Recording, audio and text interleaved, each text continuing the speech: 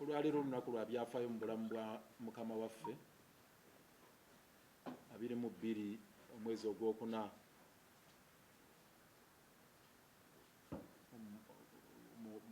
mwe yazaalibwa.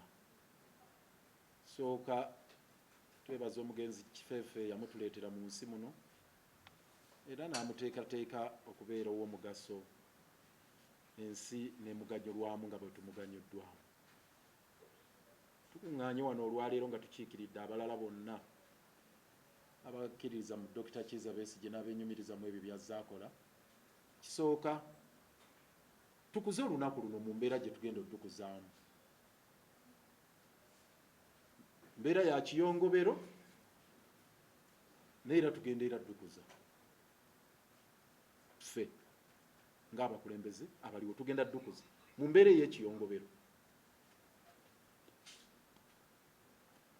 Naye era nga tuli bagumu nti gyali eruzira tayinza kugooka, tayinza kukyuka, tayinza kuggwa mu maanyi. Tugenda kukola ebintu bibiri nga tujjukira olunaku luno, oba tusazeewo okukola ebintu bibiri, si tugenda tukoze ebintu bibiri olwaleero. Ekisooka tufayirinze bail application empya mu High Court olunaku olwaleero ku makya ga leero. Eri application number 282 eya 2025 nga tugamba nti tukomyewo, tugamba abalamuzi tukomyewo kubanga bail application munatusonyiwa tebeerako apiiru, tosobola kujulira kugenda mu kooti ya waggulu. Kesiro aliwo agamba nti singa bakoma bail era oddayo mu kooti y'emu, oyinza n'okuddayo mu maaso g'omulamuzi y'omu. Oyinza n'okufayiringa bail applications 100 oba 100 ne bagoba ku makya olweggulo n'oddayo, ne bagoba enkeera n'olwenkeera n'oddayo. So katugenda era giteekayo ne bwe neddayo mu maaso ga Rosette Kanya era alina okugiwuliriza. Naye ku mulundi guno tugenda ebisooka ebisinga byaggwa. Ekisooka kooti yasalawo dda nti Dr. Besigye muntumulamu nnyo, statesman, musajja ow'ekitiibwa gwe baali bawaddeko bail ku misango eminene ennyo egya rape, egya treason, egya terrorism, n'atadduka era n'atataataganya kunoonyereza. Ekyo kyaggwa. Ekyokubiri ogamba nti wa advanced age, nti mukadde myaka 69 era gye tucelebrating olwaleero, nekyo nakyo kyaggwa. Ekyokusatu kwe kuba nti ayina abamweyimirira ab'omuzinzi, kyaggwa. Honorable Mwijuke, Honorable Kamala, Honorable Ssemujju n'abalala, kyaggwa. Ekirala kugamba nti musajja wa buvunaanyizibwa alina amaka erwakabengo wamu ne ebuyinja ekasangati. So ebyo byaggwa.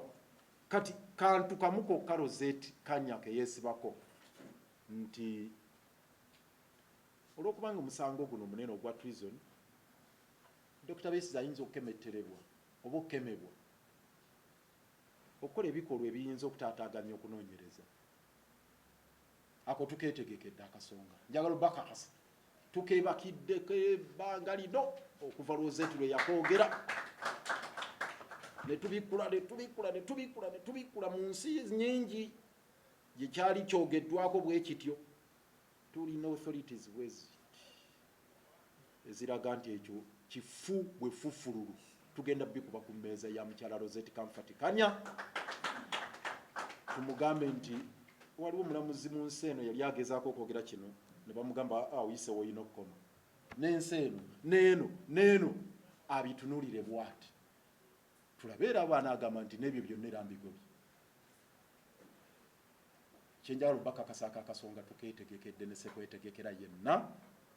Tugenda kukadimolishinga tukakurashinge banoonye ensonga ndala gye bamumirako bail.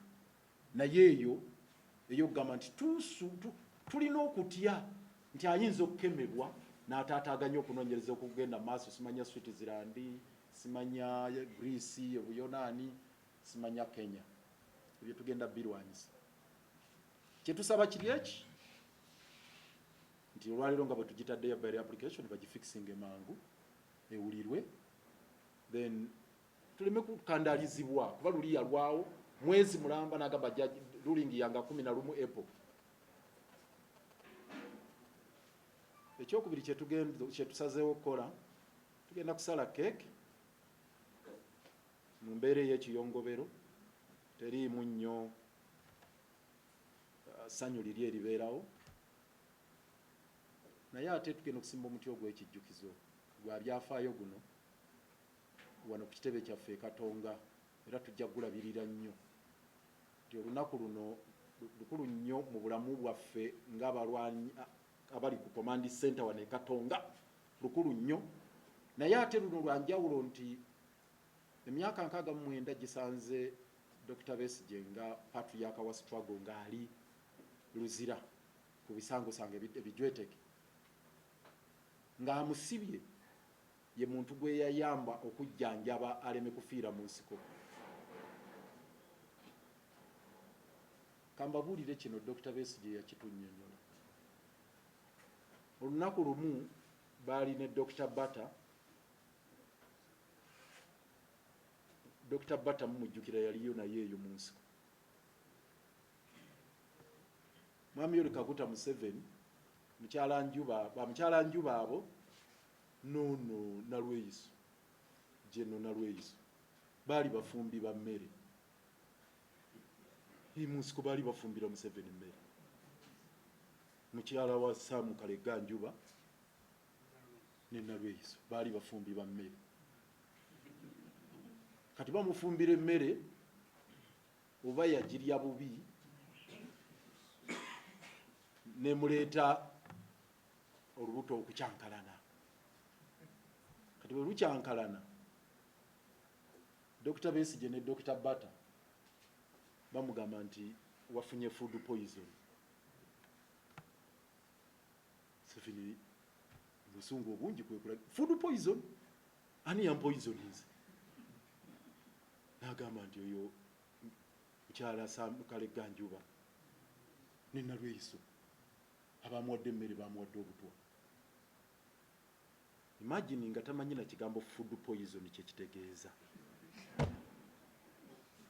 Yali agenda kubatta. Museveni nga tamanyi kigambo food poison kyekitegeeza. Nti olidde emmere eyinza okubeeramu bacteria n'eriyakitinga bubi naye si butwa nga takimanyi. Bali Nalweyiso mulaba agenda nayogera Nalweyiso twe singa bamutta dda ku busanga akataliimu. Bamala kuddayo Dr. Bata ne Besigye ne bagamba Museveni nti food poison kitegeeza bwe kiti. Ne bushe baali bagenze kalabu. Yoyo asibye Dr. Besigye ku myaka 69. Omukama atubeere. For God and my God.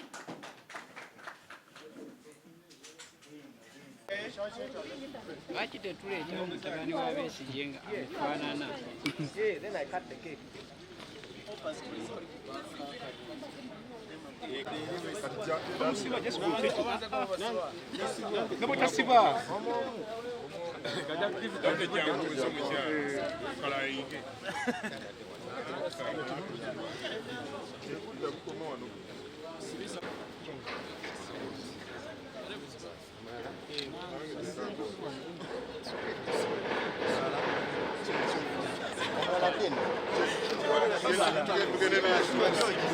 Baba.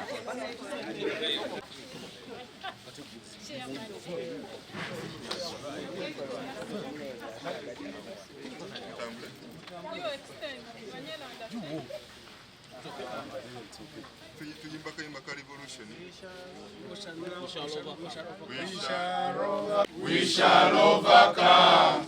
We shall overcome someday. Deep in my heart, I do believe we shall overcome someday. And Besigye will live. Besigye will live. Besigye will live someday. Deep in my heart, I do believe Bessie will live someday. We will be free. Bessie will be free. Bessie will be free someday. Deep in my heart, I do believe Bessie will be free someday. Happy birthday! Happy birthday! Happy birthday, Kiza Besigye. Freedom for all. Freedom for all.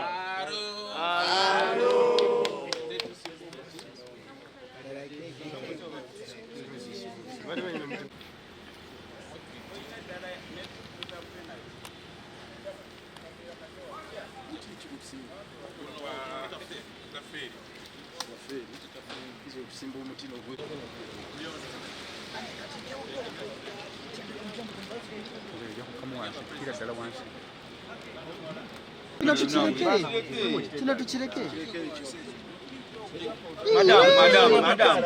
Otukoze otya?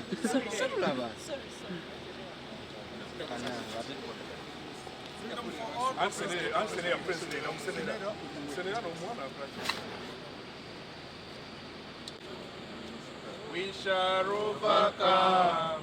We shall overcome. We shall overcome someday. Deep in my heart, I do believe we shall overcome someday. This year we will be free. This year we will be free. This year we will be free. Deep in my heart, I do believe we shall live in peace someday. Freedom for all. All for freedom. All for freedom. Freedom for all. Happy birthday, dear Dr. Happy birthday to you.